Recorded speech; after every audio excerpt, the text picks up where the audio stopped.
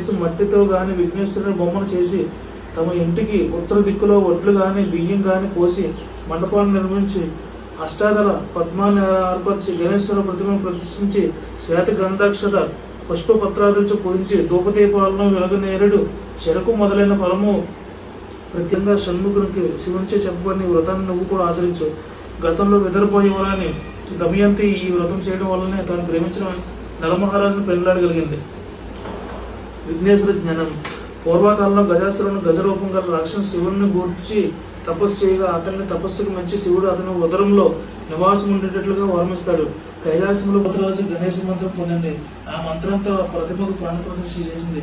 ఆ దివ్య సుందర బాలుని వాకిట నుంచి ఎవరిని లోనికి రానవద్దని తను అలంకరణ పూర్తి చేసుకుని వస్తానని చెప్పి లోపలికి వెళ్ళింది. కొంతసేపటికి శివుడు వచ్చాడు. కానీ గుమ్మానికి కావలిగా ఉన్న బాలుడు శివుడు ఎవరో తెలియక లోనికి ప్రవేశం లేదన్నాడు. ఇద్దరికి వాగ్వాదం జరిగింది.